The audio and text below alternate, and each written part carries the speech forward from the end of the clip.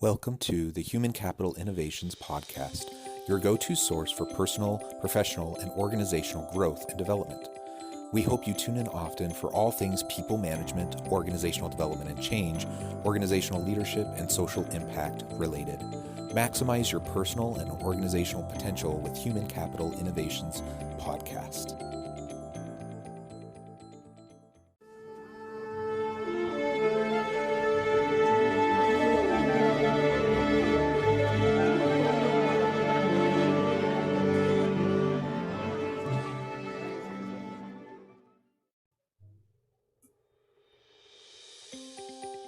Welcome to the Human Capital Innovations Podcast. In this HCI podcast episode, I talk with Chuen Yo about leadership agility for personal and organizational development and growth.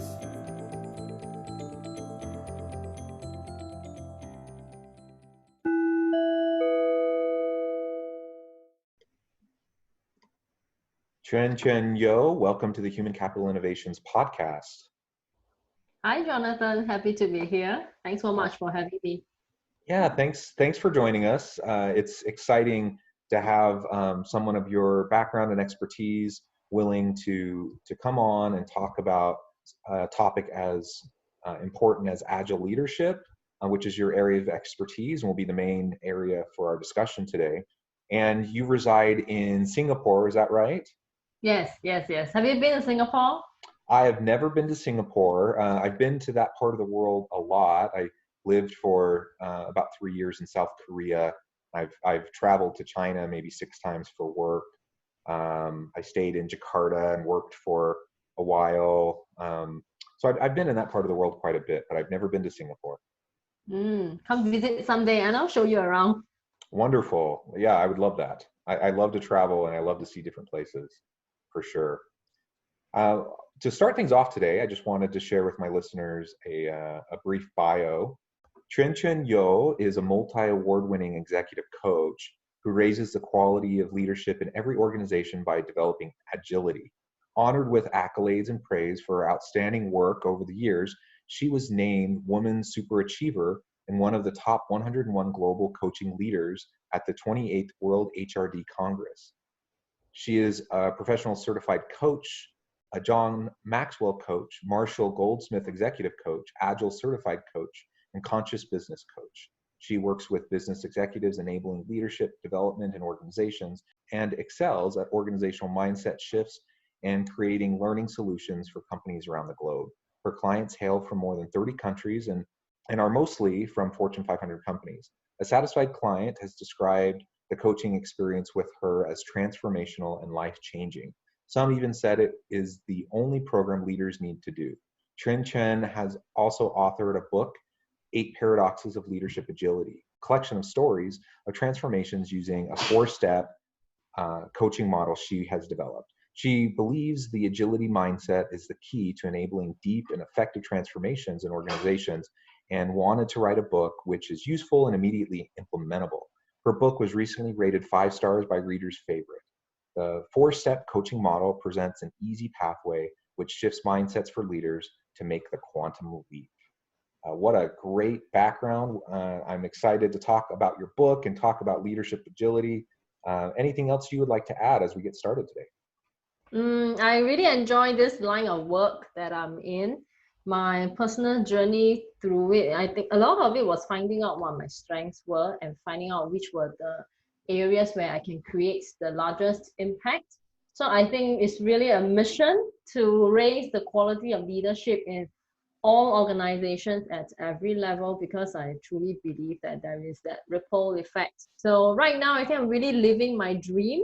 Every time I connect with a client from a different part of the world, right now it's more than 30 countries, and I think going to exceed 40 quite soon. I feel so blessed and privileged to be able to partner them in their personal development journey. That's awesome. And I love your reach across the globe, nearly 40 countries. That's amazing. And the way you frame it as their personal development journey, I think that's absolutely right. I think we're all on that journey. We're all learning, we're all growing, and none of us have it all figured out. It's not about having it all figured out. It's about being reflective and mindful, and taking the time necessary to carefully consider where we're at, where we're going, and how we can better develop ourselves and our people and lead our organizations. Yeah, exactly true. You know, one of the greatest influencer in my whole personal journey, personal development journey, was Dr. John Maxwell, and he's one of those person who I always bring up when I have my sessions with clients. And one of the sentences, one of the phrases that he said, which really resonates with me: "You cannot give what you do not have." So the inner work, personal development, is really important for leaders who especially wants to continue to do well right now. I think pre or post COVID, things will be very different. And with 5, or maybe in a couple of years, 6 generations in the workplace, there's a lot of diversity involved. So that piece is really important to work on yourself. Absolutely, absolutely. So your niche is agile leadership. Can you describe for our listeners a little bit about what that means in a nutshell, and then we can start to dive in and explore that a little bit more specifically. Sure, sure. So I came across this when I started working with a lot of tech companies that were going through agile transformations, and I realized that from my understanding, in a nutshell, a lot of changes. We are changing the ways of working. And as I attended one of the courses, to learn more about it, to become an Agile certified coach, and the trainer emphasized a lot that Agile is the mindset. We don't do Agile. We don't just tick the check boxes and do Agile. We must be Agile. And what does being Agile mean? It's the mindset. And I realized that, from my professional background, I find that this is always quite true. Why is it that when we have new initiatives, why do they fail? How come we are not able to reap maximum rewards from, embracing a certain new methodology? And a lot of times, because people are trapped in the doing, that if I do this, I meet all the criteria, then I will be this type of organization or this type of person. And in leadership development, it is the same. If we only focus on doing and we forget about the being, which then begins from the mindset, then it's very unlikely that we will be able to get rewards, from any very expensive or extensive so-called transformation that we are in right now. So when I talk about leadership agility, most of it starts from the mindset, the agile mindset. What does it mean to be agile? What does it mean to lead in the VUCA world? What does VUCA even mean to us? And right now, with the pandemic happening, the future of work has changed. The office of the future has changed. What about all the different business lines? What about our business continuity, or even how we define what work and success should look like? So a lot of this agile leadership talks about when there are complexities and uncertainties, are we able to face it with that sense of authenticity and ease? And that's exactly the definition that I used in my book. And maybe the definition looks very simple. And I think I've written the book precisely in that way, to make it simple and with enough breadth for people to explore and define leadership agility for themselves.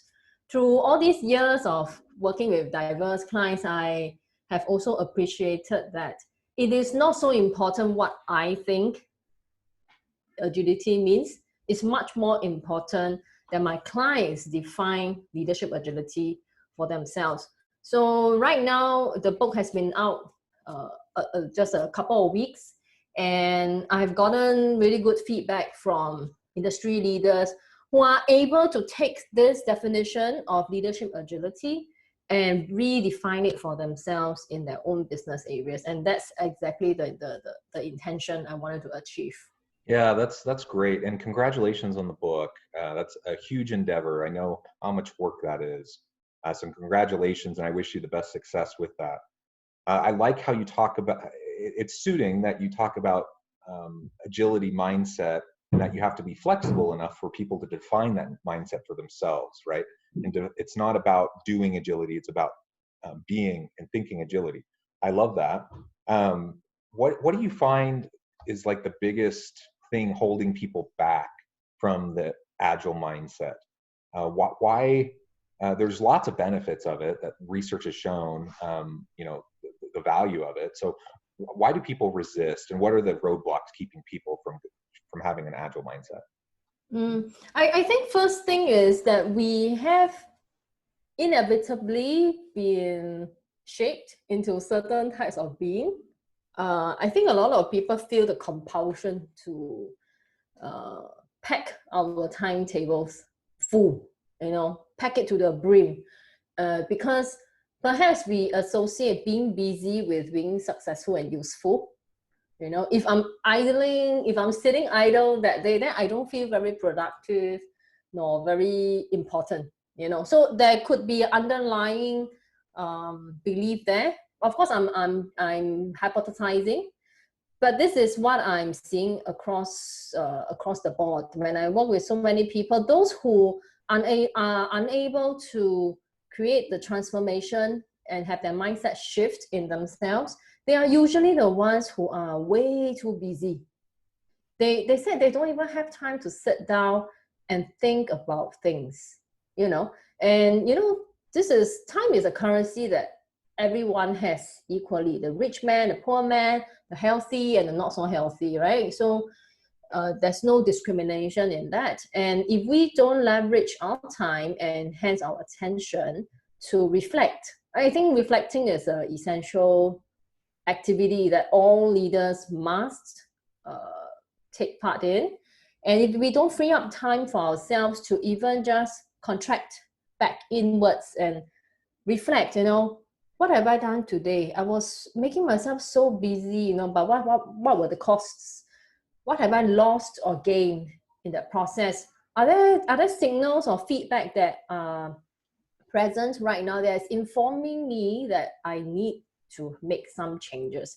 And a lot of times these changes are not even huge ones. It's just a subtle shift, and you can very quickly find a leverage point and increase your ROI tremendously. So I think this is, being very busy is probably one of the reasons why people don't embrace the change.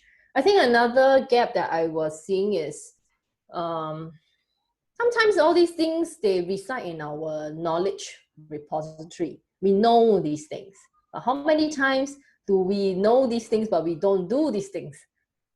All right, so knowing and doing are completely different parts of the learning cycle, even for adults. I think for young people it's the same, for adults it's the same.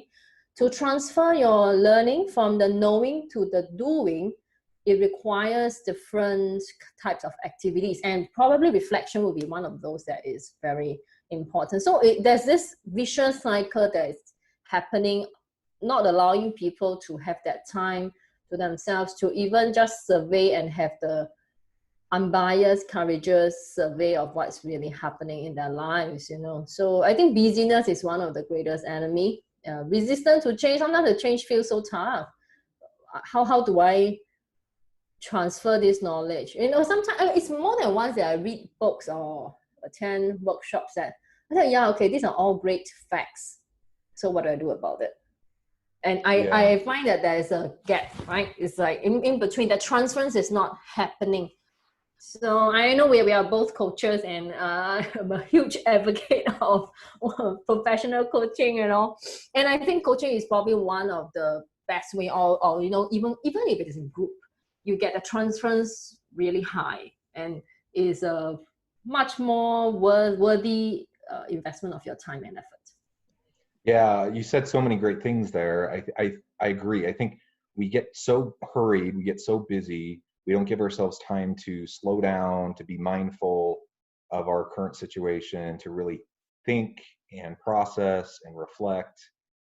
It's hard to learn and grow if we're not giving ourselves that opportunity to decompress a little bit, to take a step back, to see the forest from the trees, and actually have a sense of what we're doing and how it connects with everything else. And I think so many leaders find themselves in that trap because they're so hectic, so busy running around trying to do all the things that have to get done. They have all this urgency. They feel all this pressure, and they forget that being a leader is not about checking things off and getting tasks done. It's about having a strategic vision, communicating that strategic vision, empowering your people, so they can get the work done, right? That's what it's really all about. That's a really hard mindset for some people to latch onto, and they feel like you said it well. They feel like if they're sitting quietly, in a room by themselves, contemplating, that they're wasting time. Well, it's not wasting time.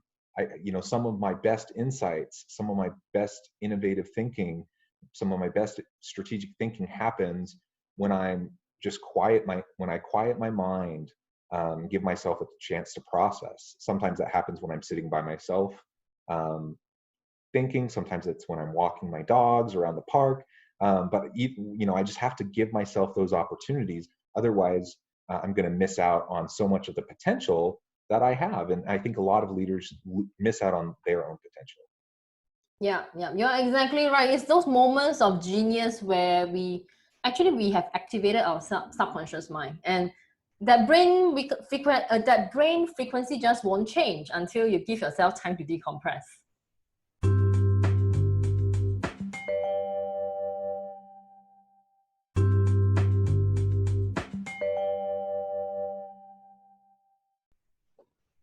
Yeah, that's right. So that's wonderful. I think leading with agility, having agility in our approach is super important. You talk about that in your book, and you talk about your own coaching model. Can you spend a little bit of time describing that model for us so we can have a better sense of the components, and then listeners can then see how they might be able to take that and run with it? Sure.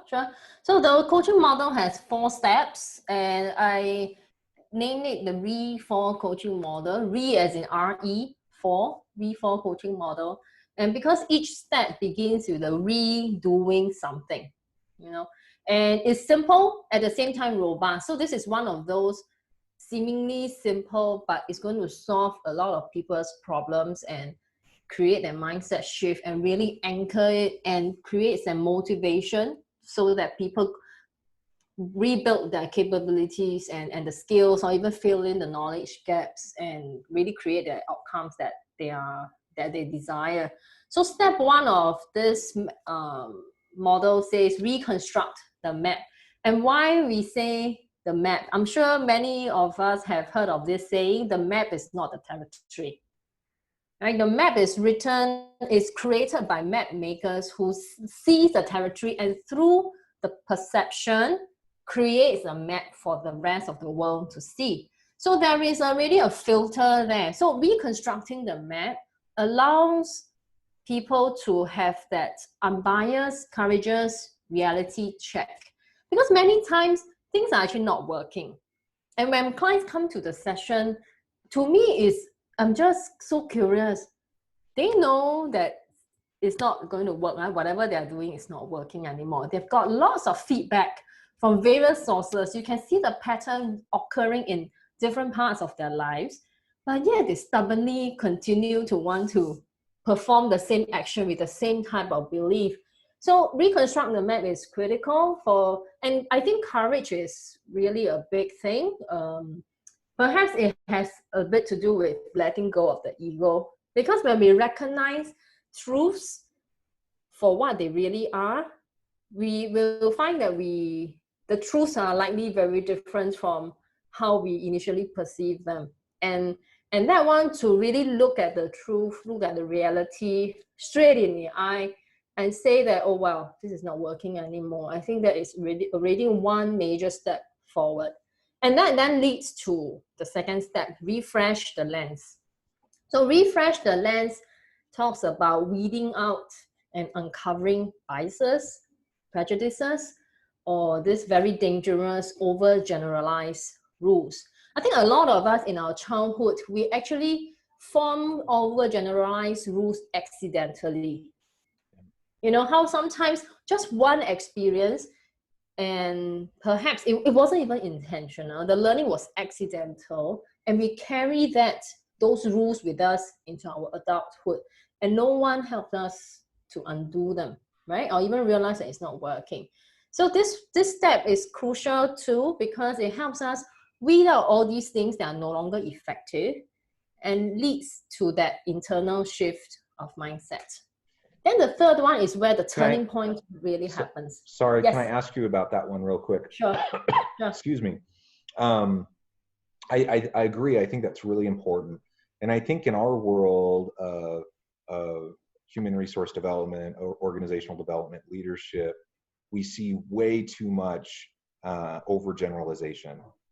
We take these models that have been presented, somewhere in some part of the world, and we say, this is the answer, and then we try to replicate it everywhere across the world, and we overgeneralize the impacts that it can have. And what we then find is that in fact it's not as generalizable. Like it doesn't apply equally across all different contexts. So context matters, and we have to pay attention to the circumstances that organizations and leaders find themselves in, and the dynamics, the people dynamics that happen, that are unique within each organization. So I'm curious, you've worked with clients in close to 40 countries, so you've seen a wide range of contexts as you've worked with people. Do you see any of these types of kind of stereotype overgeneralization principles that so many leaders just tend to have, but they're false? Have you come across that as you've done your work? Yeah, for sure. I think time is the most common one. You know how in our childhood, if we are sitting there idle, we probably get scolded by our parents or by our teachers. Oh, why are you doing nothing? It sounds like doing nothing is a bad thing, right?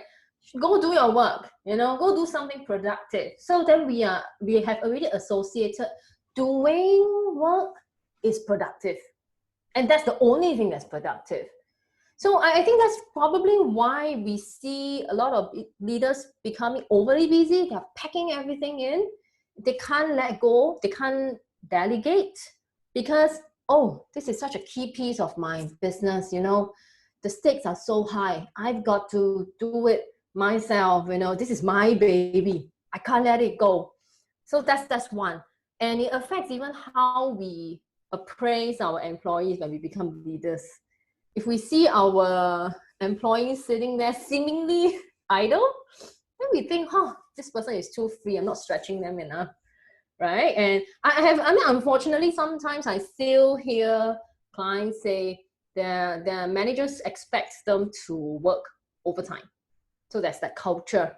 And no one dares to leave before the line manager goes home. So it becomes that okay, maybe toxic is too strong a word, but it feels very oppressive to me. It's like, oh wow, meanwhile, can I breathe? Can I go to the bathroom if I have to? Would my manager think that I'm skiving? So this perception that only when you are very busy, that you got to act busy. Yeah, I'm busy. There's a joke, right? I got to act. I'm busy acting busy. But yeah, why? exactly. Yeah, I worked in the organizational development office at LG Electronics in South Korea, and I was the only non-Korean person there in the office, and I picked up the language. At least at the time, I was pretty good at the language. This was 20 years ago. I was pretty good at the language, and so I'm the only non-Korean guy amidst this language and culture and this people that I loved. And their work ethic and their work culture is very, very different. And it's very much a culture of, you show up early in the morning, you stay late at night, and then you socialize. You go to a karaoke bar or something like that at the end of the evening, and you do that every single night. And and it doesn't matter if you have work to do or not. You don't leave before the boss leaves, ever. It's a big faux pas to do that. And I remember understanding that, but struggling with that, and just feeling like, why am I wasting so much time just trying to act busy when I don't actually have things to do right now. I and I don't want to single out Korean culture. I think there are many cultures that kind of have that approach and that mindset. But it illustrates what you're talking about, that we need to be careful that we don't elevate busyness as the answer, as the key to solving all of our problems. In fact, it can do the opposite, because often it can lead to burnout. It can lead to a lack of creativity and innovation, because we're just going through the motions. We're not actually taking the time to be more creative and come up with new ideas. So Yeah, for sure, for sure. I think that's what people also say, culture eats strategy for breakfast. So these cultures are so hard to break, and you won't have that shift until the leader at the top has that mindset shift or weeds out this overgeneralized to rules, because most of the time they are not aware of it until you challenge it. absolutely. Well, maybe as we finish off, we only have a few more minutes. Sure. Can you talk a little bit more about performance management and what leaders could take away from your book in terms of how to better manage the performance side of leading their people? I think performance side, I think this ties in quite nicely with the V4 coaching model as well, because the third step is to renew the identity. And when we talk about performance management, if line managers look at what is their identity in this relationship, is there a power difference? How much is the power difference? What is my role here? Is my role to tell you what you need to do, and your role is to fulfill my criteria, the criteria that I set for you, that I impose on you. Then that's one identity. Right now, with diverse range of diverse ages in the workforce, 5 generations, the seek for meaning and purpose is important. So like what you said earlier, why am I spending so much time doing these things when I don't have work to do right now, you know? So meaningful usage of time is getting important.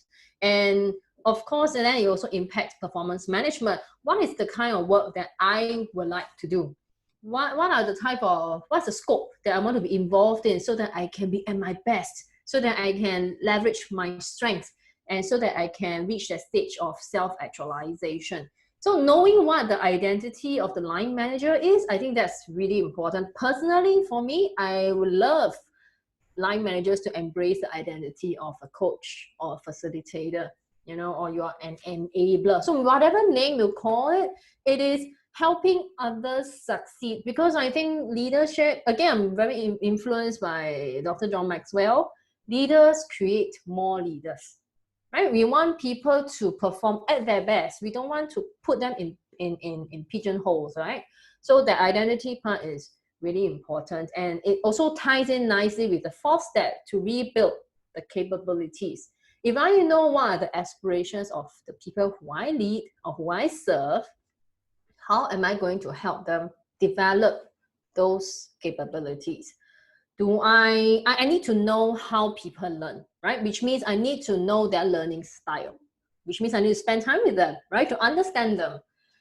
I need to employ a wide range of skills myself. Am I going to coach them? Am I going to mentor them? Am I going to sit beside them and give them advice and give them instructional advice? Because certain skills are built that way, by giving clear instructions. How about setting them to, you know, coordinate out there? There are so many types of courses. How do you identify the ones that will really give them that payoff, you know, when they invest their time in it? So rebuilding the skills, even the skills of listening. I think those are really important, because if you're working, say, in the front line, you're working with customers, hearing their pains, hearing what they want is probably one of those really important pieces. And right now, I think listening alone can create the high payoff that a lot of leaders want. Because when people feel hurt, everyone seeks to be understood, you know. And sometimes in coaching, the highest value that clients get is to be heard and understood. and not be judged, and this is something that it's a skill that can be rebuilt quite easily, I would say. So that those things will help us with people management, performance management, with looking at what is the identity, what's the role you play here, and then how do you develop those skills in yourself and also in your team to help them get to where they want to be. Wonderful. I completely agree. I think those are some great insights. Thank you so much for taking time out of your busy schedule to join us today. We don't have enough time. I would love to continue this conversation. So perhaps I can have you back again in the future, and we can talk about related issues. I would really enjoy that if you're willing. Yeah. We'll be very happy to share more. Wonderful. Well, thank you. Before we close, I just want to give you a chance to share with the listeners where they can go to find out more about you and your coaching business. Can you share a little bit about that? Sure. So most of the stuff are on my website. So my company is called Acence, ACESENCE. So on acence.com, you will be able to find information about the book. The book is now available worldwide, so you can get it in both print and digital copies. The audiobook is coming as well. And if you go to acence.com/agility-book, it's pretty long, but I will give the URL to Jonathan to put it below. Then you will be able to find all the links where you can purchase the book. I strongly strongly encourage that everyone grabs a copy, because I've also started a series called Agile Leaders Conversations, just launched this week. It's been so encouraging. A lot of these people who I connect with, their industry leaders, and they were strangers. So they read my book, and they found it useful. I just want a useful book, and they said that it was easy to read, the stories were relatable, it helped them start reflecting on their own leadership being and practice, and gave them this motivation to think, oh, what would I do if I had that situation again? And one of them even said, this book, if he had read it 10 years ago, he wouldn't have made a lot of mistakes. And so you can find those interviews on acence.com/blog as well. Lots of insights from different perspectives. I got a CEO there, I got a HR practitioner, I got an information security officer there as well. And in the coming few weeks, there will be even more of these real stories, real insights, from what people get when they read the book. So I strongly encourage you to grab a copy and let me know how you think about it. Great. Well, thank you. And I encourage my listeners to reach out, to look up your website, connect with you on LinkedIn, Yes. and see if there's an opportunity to have you help them in the work that they're doing. Yeah. So, absolutely happy to do that. Yeah, great. Well, thank you again for joining us. I hope you stay healthy. I hope you have a great week, and I look forward to talking with you again soon. Yes. Thank you, Jonathan. Have a good evening. You too. Bye-bye.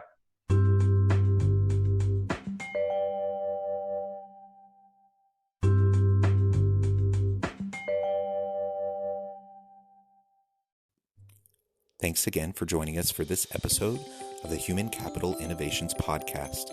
I hope you stay healthy and safe, and that you have a great week.